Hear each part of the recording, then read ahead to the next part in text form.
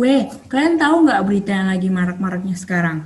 Aku dengar-dengar ya, katanya sistem upah di Indonesia itu mau diganti jadi kayak sistem per jam gitu loh, weh. Terus katanya juga UMR di Indonesia ini mau dihapus. Tengok, weh, kalau misalkan lah UMR ini dihapus, cuman nanti orang tua aku ya? Aku belum dengar lah berita itu. Emangnya apa itu sistem upah W? Coba jelaskan dulu.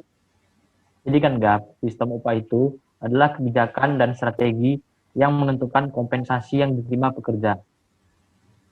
Iya, biasanya tuh upah ada yang upah harian, ada yang mingguan, bahkan ada yang bulanan. Tapi sistem pembayaran upah itu juga tergantung pada beberapa hal, yaitu kondisi permintaan dan penawaran tenaga kerja, hubungan pemberi kerja dan penerima kerja, dan upah minimumnya.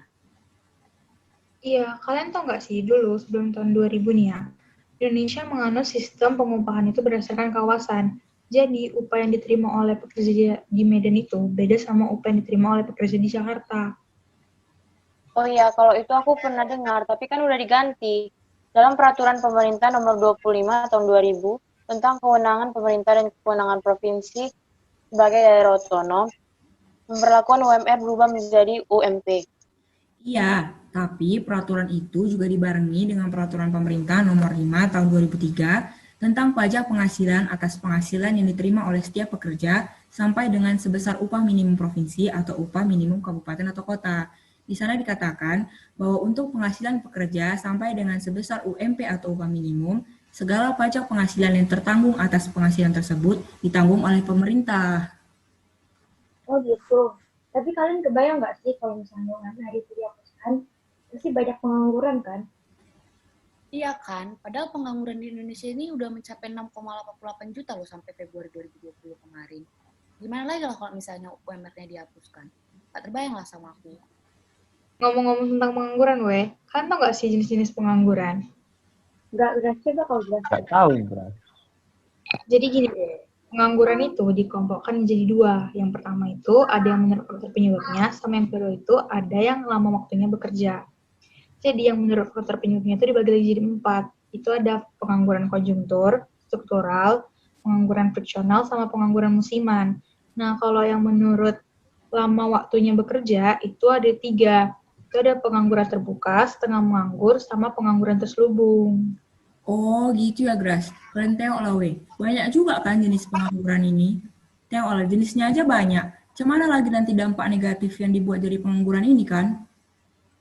Pastinya lah, pengangguran itu juga bukan cuma berdampak pada pekerjanya kan, tapi juga pembangunan nasional kan.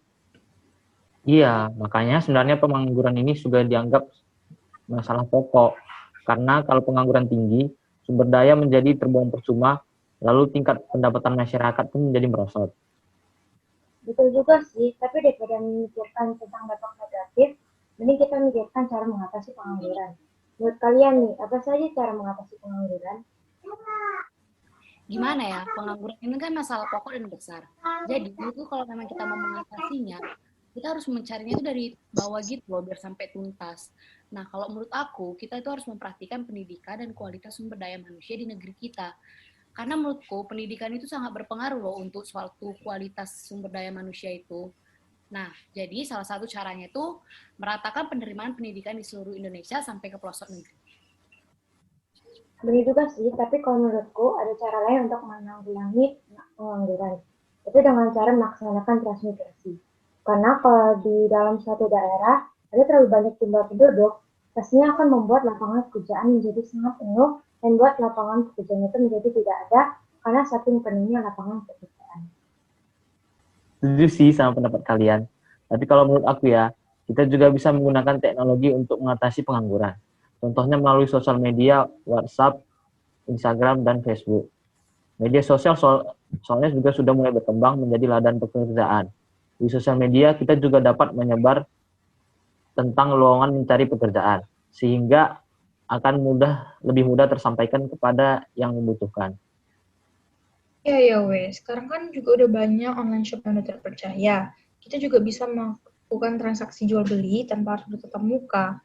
Ini kan pasti sangat membantu untuk mengurangi pengangguran yang ada di Indonesia, apalagi di saat masa pandemi sekarang ini. Benar juga tuh, ya makanya kita belajar yang bagus ya, supaya memajukan bangsa dan memecahkan masalah pengangguran. Amin. Amin.